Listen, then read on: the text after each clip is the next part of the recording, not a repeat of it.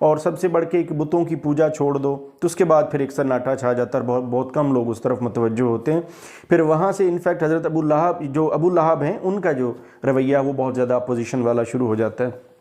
بہت زیادہ خلاف ہو جاتے ہیں۔ اگلی جو آپ نے ہیڈنگ دیکھی ہے وہ ابو لہب کی مخالفت ہے۔ ابو لہب، اس کی بیوی، انہوں نے بہت اذیتیں دیں حضور پاک صلی اللہ علیہ وسلم کے جو آپ کہہ لیں کہ راستے میں کانٹے بھی بچھائے اور بہت سارے اور اس طرح کے سارے کام کیے۔ اس کے پیچھے ڈاکٹر حمید اللہ نے ایک چھوٹا سا واقعہ کوٹ کیا ہے کہ ابو لہب کی حضور پاک صلی اللہ علیہ وسلم کے ساتھ مخاصمت کی ایک وجہ، ایک واقعہ اور بھی ہے کہ جب آپ کو ابھی ان کا ابو طالب کے ساتھ ایک بار کسی بات پہ جھگڑا ہوا، تو دونوں چچا تھے، تو ابو لہب جو تھے وہ انہوں نے ابو طالب کو گرا لیا اور ان کے سینے پہ چڑھ کے بیٹھ گئے۔ تو کیونکہ ابو طالب کے ساتھ حضور پاک صلی اللہ علیہ وسلم کا ایک رشتہ تھا، تو آپ نے ان کو پیچھے ہٹایا اور ان کو بچایا، اور پھر ابو طالب نے ان کو گرا لیا، تو اس کی دفعہ حضور پاک صلی اللہ علیہ وسلم نے ان کو بچانے نہیں آئے۔ تو وہ جو ایک گرج تھی، ایک رنجش تھی، ناراضگی تھی، تو وہ اس وقت سے اس کے دل میں تھی۔ عربوں کی جو ایک آپ کہہ لیں کینہ ہے، وہ بڑا زبان زدِ عام ہے، تو وہ ایک کینہ جو ان کے دل میں رہ گیا وہ نبوت کے بعد اور زیادہ گہرا ہو گیا۔ ایک وجہ یہ بھی تھی، ابو لہب اور اس طرح کے جو باقی تھے وہ عرب کے سردار سمجھے جاتے تھے، بڑے تھے، چیفز میں شمار ہوتے تھے، تو انہوں نے بلکہ طعنہ بھی دیا حضرت ابو طالب کو کہ اب آپ اپنے بھتیجے کے مذہب پہ آئیں گے بجائے یہ کہ اپنے آباء و اجداد کا مذہب چھوڑ کے۔ تو یہ طعنے تشنیع یہ سب چلتا رہا، اور ابو لہب اپنی اذیتیں لے کے تو حضور پاک صلی اللہ علیہ وسلم کے خلاف ہو گیا۔ بہت زیادہ اذیتیں اسی دور میں نجاشی کی طرف، یعنی حبشہ کی طرف پہلی ہجرت ہوتی ہے، حضور پاک صلی اللہ علیہ وسلم اپنا ایک وفد بھیجتے ہیں۔ پہلے کچھ مسلمان ہجرت کر کے تو حبشہ گئے تھے، تو وہاں پر اس کے پیچھے ابو لہب اینڈ کمپنی نے بہت سارے ان کو پیغام بھیجا نجاشی کو کہ آپ ان کو یہاں سے نکال دیں، یہ ہمارے مذہب کے اور ہمارے ملک کے دشمن ہیں۔ تو وہاں پر آپ نے حضرت جعفر بن طیار جو آپ کے کزن تھے تو ان کو بھیجا، اور انہوں نے پھر جا کے تو ایک بڑا پر اثر انداز میں اگین سورہ مریم کی تلاوت کی، اور نجاشی کو بہت امپریس کیا اپنے پیغام سے، حضور پاک صلی اللہ علیہ وسلم کے پیغام سے، خط سے اور اپنے کلام سے۔ تو انہوں نے مسلمانوں کو وہاں سے نہیں نکالا بلکہ بہت زیادہ آبگت کی۔ اس کے بعد پھر طائف کا واقعہ ہم سب جانتے ہیں، حضور سرکار دو عالم طائف گئے اسلام کی تبلیغ کے لیے۔ وہاں گئے تو وہاں طائف کے لوگوں نے پتھر مارے، اذیتیں دی، اور جوتے خون سے بھر گئے، اور اسی وقت یہ بھی ایک کہا جاتا ہے کہ اس وقت اللہ تعالیٰ کی طرف سے یہ ایک پیغام بھی آیا کہ اگر آپ کہیں تو اس دو پہاڑوں کو آپس میں ملا دیا جائے تاکہ یہ لوگ جو ہیں جو آپ کو اذیتیں دیتے ہیں یہ ختم ہو جائے۔ لیکن اس وقت بھی اللہ کے پیغمبر نے یہی دعا کی کہ ہو سکتا ہے کہ ان کے یہ لوگ اگر اسلام قبول نہیں کرتے تو ہو سکتا ہے ان کے آنے والی نسلوں میں سے کچھ لوگ اسلام قبول کر لیں، تو بد دعا اس وقت بھی نہیں دی۔ تو یہ ہم کیونکہ پروپیگیشن آف اسلام اور اسلام کی تبلیغ کی بات کر رہے ہیں کہ اسلام کیسے پھیلا، تو ہم اس سے آنورڈ بھی دیکھیں گے کہ یہ صرف اور صرف سرکار دو عالم حضرت محمد صلی اللہ علیہ وسلم کی جو رحم دلی، محبت، شفقت اور اپنی امت کے لیے جو ان کے دل میں ایک قربانی کا جذبہ تھا اور شفقت کا جذبہ تھا، یہ اسی کے تحت ہوا۔ پھر اس کے بعد ایک واقعہ ہمیں یہ بھی ملتا ہے کہ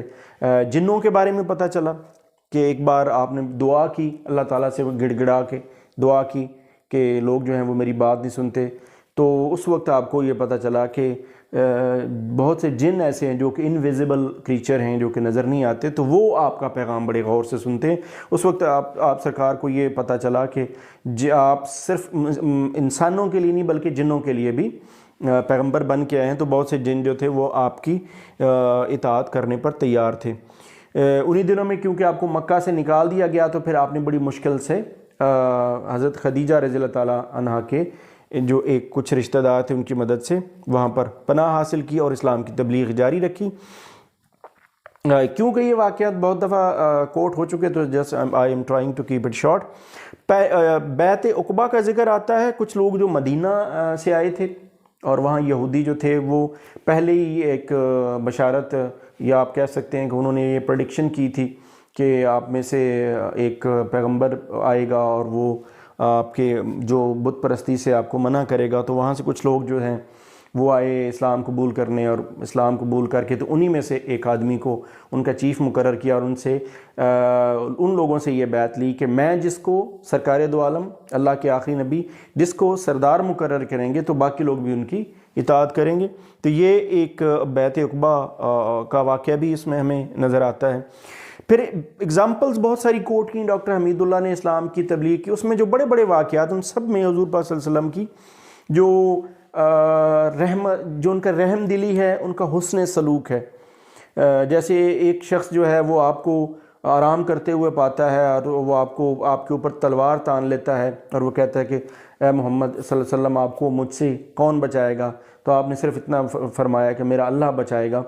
تو اس بات سے وہ ایک خوف زدہ ہوا، اس کے ہاتھ سے تلوار گری، سرکار دو عالم نے وہ تلوار اٹھائی، اب اس کو زیر کیا، اس سے پوچھا کہ اب تم بتاؤ کہ تمہیں میرے ہاتھ سے کون بچائے گا؟ تو اس نے کہا مجھے کوئی نہیں بچائے گا۔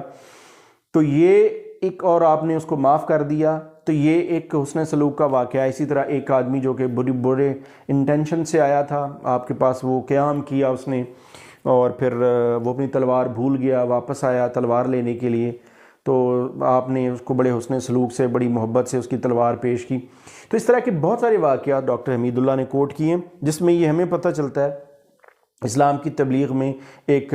صلہ رحمی کا، ایک قربانی کا، اور سب سے بڑھ کے رحم دلی کا، حسن سلوک کا جو بہت زیادہ عمل دخل ہے۔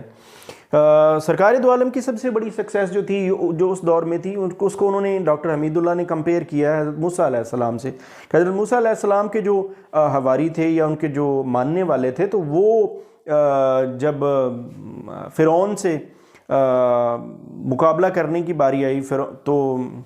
اس کے بعد وہ عین وقت پہ مکر گئے، اور ان لوگوں نے حضرت موسیٰ کو ان کے حال پہ چھوڑ دیا۔ تو ایسے لوگ جو تھے وہ حضور پاک صلی اللہ علیہ وسلم کی امت میں نہیں تھے۔ آپ کے پاس چند بڑے ہی جان باز اور بڑے جان نثار لوگ تھے،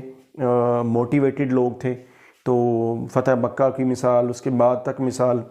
مدینہ کی زندگی میں جس طرح سے ان لوگوں نے قربانیاں دیں، تو یہ ایک بہت بڑی سکسیس کہی جاتی ہے۔ اس لیکچر کا اگر ایک طرف موضوع پروپیگیشن آف اسلام ہے، تو دوسری طرف اس کا جو بڑا ایک اور ہے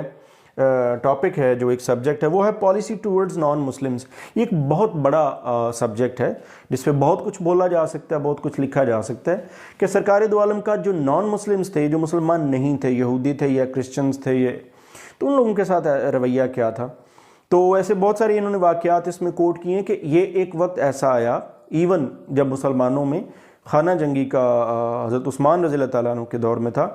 تو اس سلطنت کے جو کرسچنز تھے، عیسائی تھے، وہ اتنے خوش تھے کہ باہر سے اگر ان کو حملہ آور کوئی کرسچن کسی اور ملک سے، کسی اور قبیلے سے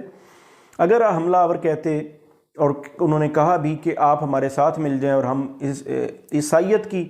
کے غلبے کے لیے کام کرتے ہیں، تو ان کرسچنز نے اپنے بھائیوں کا ساتھ نہیں دیا، بلکہ مسلمان جو رولر تھے، خلیفہ تھے، ان کا ساتھ دیا۔ سرکار دو عالم کا یہ ایک اصول تھا کہ جتنے بھی کرسچنز تھے ان سب کو مذہبی آزادی تھی، ان کی مذہبی ان کو آزادی تھی، ان کی جان و مال کی حفاظت کی آزادی تھی، ایک ٹیکس دیتے تھے، اس کے بدلے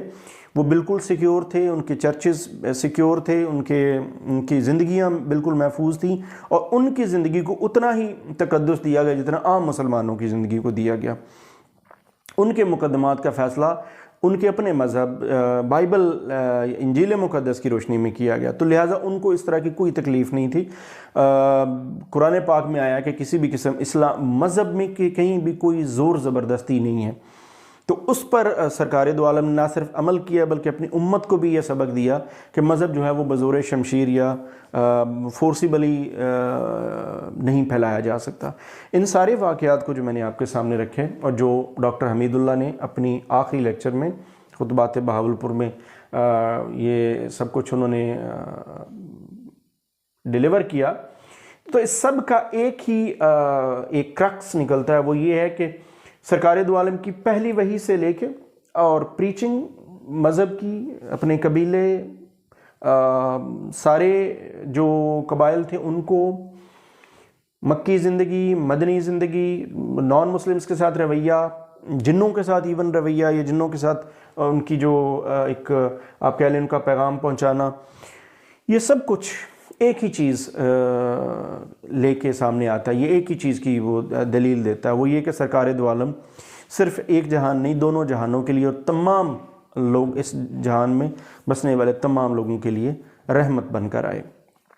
Here ends this series of lectures. Next book کے ساتھ دوبارہ آپ کی خدمت میں حاضر ہوں گا. اس ویڈیو میں صرف اتنا ہی. Here we end the book The Emergence of Islam. Thanks for watching.